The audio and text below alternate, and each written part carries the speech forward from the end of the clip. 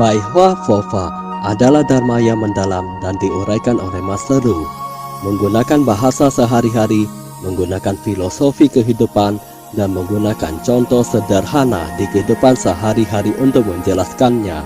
Di dalam Bai Hua Fofa, kita bisa memahami teori dharma yang mendalam dan memunculkan kembali sifat kebudayaan kita semua untuk mengubah nasib kita. Silakan menonton Bai Hua Fofa Master Ru.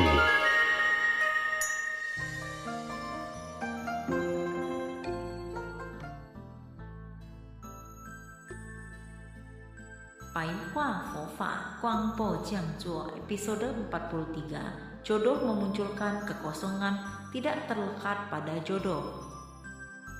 Posisi kesabaran sangatlah tinggi. Alasan manusia bisa bertahan hidup adalah karena dia bersabar. Jika kita tidak mengandalkan kesabaran, maka kita tidak akan bertahan hidup sampai hari ini. Apakah kalian bisa bertahan sampai hari ini jika kalian memiliki emosi yang besar? Bahkan Anda bisa membenci saudara, orang tua, dan dirimu sendiri. Mengapa saya begini? Menyebalkan sekali. Orang semacam ini tidak akan bisa bertahan hidup. Kita harus bersabar. Kita harus membina diri hingga menuju tingkat ketidaklahirannya kesabaran. Itu artinya kita tidak boleh memunculkan pikiran untuk bersabar. Saat orang lain merundungmu, saya tidak memiliki pikiran untuk bersabar. Saya tidak merasa dia sedang merundung saya. Itu sangatlah normal. Ketika orang itu memarahinya, dia merasa bahwa dirinya memang begitu. Karena dia memarahi semua orang, Anda merasa semua itu normal. Semua hal yang ada di dunia ini adalah sebuah kekosongan. Hal apa yang bisa ditempatkan di pikiranmu? Jalanilah masa sekarang dan masa depanmu dengan baik. Anda datang dan pergi sendirian. Begitulah kehidupan manusia, pikiran yang tidak bisa ditempatkan. Kita harus tahu bahwa ketika kita meninggalkan semua makhluk, maka kita tidak akan bisa menjadi Buddha dan Buddha. Itu artinya keberhasilan manusia bergantung pada semua makhluk. Itu termasuk mata, hidung, telinga, raga, dan pikiranmu. Hanya dengan mengombinasi semua komponen tersebut, Anda baru bisa berhasil. Manusia biasa sering disesati oleh hal ini. Dia merasa hal yang ia lihat adalah dirinya sendiri. Saat orang lain membicarakannya, dia merasa orang lain sedang membicarakannya, itu saya. Dalam dunia Dharma, ini disebut sebagai 6 kekotoran batin. Manusia sering mengalami keterbalikan. Masalah terbesar manusia adalah mempertahankan kegengsiannya. Manusia datang dan pergi tanpa membawa apa-apa. Ketika Anda pergi, Anda tidak bisa membawa apapun. Untuk apa kegengsian itu? Bodhisattva memberitahu kita bahwa jangan menempatkan aku terlalu depan. Tidak peduli apapun yang kita kerjakan, itu semua adalah kombinasi jodoh. Jika Anda tidak memiliki sebab ini, maka Anda tidak akan memiliki jodoh ini. Karena ada seorang sepuh sebaik saya, makanya kalian mencari saya setiap saat. Itu berarti kalian sudah memupuk bibit tersebut. Jadi Anda baru menerima begitu banyak buah. Tapi buah tersebut akan busuk pada waktunya. Ada yang terlihat bagus tapi di dalamnya membusuk. Ada buah yang ditempeli label harga yang tinggi. Dikarenakan ada sebab di sini, maka akibat yang dimunculkan akan berbeda. Ketika Anda menjadi orang yang baik, maka orang lain akan datang untuk mencarimu. Anda cukup menganggap bahwa semua itu dilahirkan dan dimusnahkan oleh jodoh. Kita memiliki jodoh dengan kakek nenek kita. Ketika mereka meninggal, jodoh tersebut akan musnah. Jika tidak memiliki sebab jodoh di dunia ini, maka tidak ada semua ini. Ada matahari di dunia ini, maka akan ada bulan. Jika ada pria di dunia ini, maka akan ada wanita. Jika ada orang baik di dunia ini, maka akan ada orang jahat. Semua itu sangat normal. Ketika jodoh saya denganmu sudah berakhir, maka itu akan menghilang. Jodoh saya denganmu sangat baik. Kita bisa meneruskannya. Terkadang bukan karena jodoh habis, dan itu menjadi hal buruk. Terkadang bukan karena jodoh masih ada, maka itu menjadi hal baik. Sebab jodoh yang baik dan jahat berbeda. Ada keterbalikan mimpi di dunia ini. Manusia selalu berusaha keras bekerja. Saat sudah kaya, uang itu diberikan ke keluarga dan anaknya. Anda hanya saja menjaganya. Ini disebut sebagai diterbalikkan oleh mimpi. Rumah itu sangat jelek hingga tidak bisa dijual. Orang yang sangat memperhatikan kegengsiannya akhirnya hanya akan kehilangan gengsi tersebut. Mimpi adalah kelahiran dan pemusnahan. Segala mimpi yang ada di dunia ini mengalami proses kelahiran dan kematian yang berurutan. Begitu juga dengan perasaan manusia. Saat perasaan itu lahir, maka itu akan musnah pada waktunya. Ketika perasaan itu musnah, maka itu akan lahir pada waktunya. Sama juga dengan manusia yang hidup di dunia ini. Saat manusia ada harapan, maka mereka akan mengalami kekecewaan. Sefu beritahu kalian bahwa jodoh memunculkan kekosongan. Selama ada jodoh, pasti ada yang namanya pemusnahan.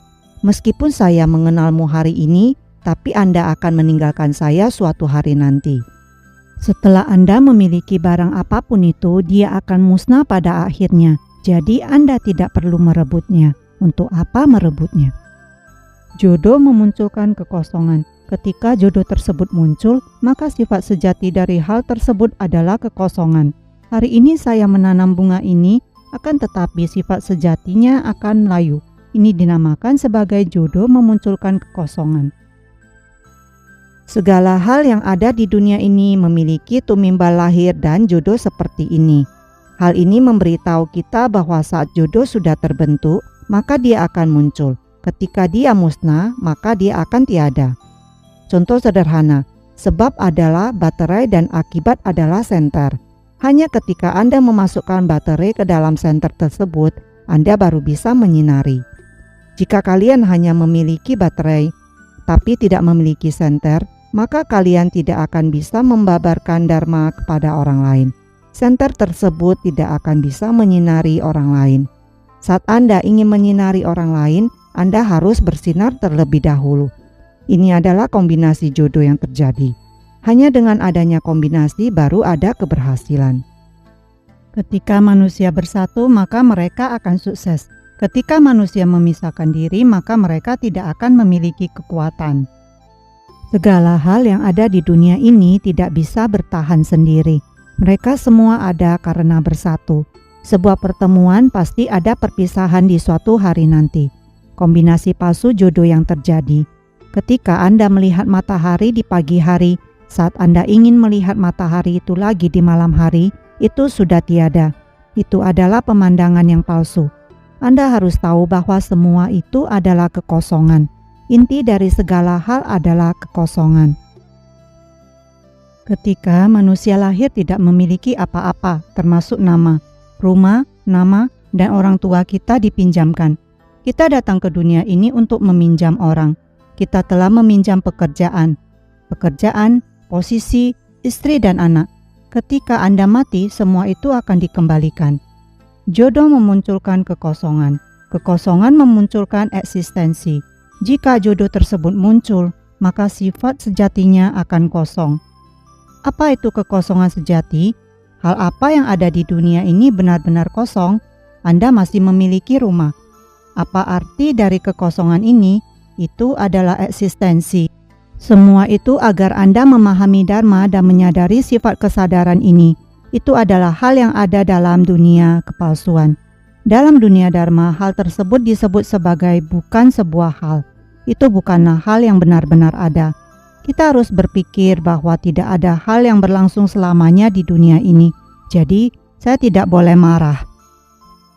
Anda harus bersyukur pada orang yang masih bersama denganmu. Anda harus bersyukur pada orang yang meninggalkanmu. Anda harus bersyukur pada orang yang pernah membantumu. Kita harus belajar untuk bersyukur. Anda harus bersyukur pada orang tua kita yang telah memberikan badan ini, sehingga kita bisa hidup lama di dunia. Kita harus melindungi kebijaksanaan dan nyawa kita, dan jangan melakukan hal yang salah. Kita tidak boleh membiarkan orang lain melukai tubuh kita. Kita juga tidak menggunakan tubuh kita untuk melukai orang lain. Jika Anda senantiasa memikirkan bahwa dunia ini adalah ketidakkekalan, maka perlahan-lahan Anda akan memunculkan tanpa keakuan. Di dalam dunia dharma mengatakan karena ada ketidakkekalan maka ada tanpa keakuan. Jika Anda tahu bahwa hal itu tidak akan berlangsung lama, maka Anda tidak akan terlalu memperhatikan dirimu sendiri.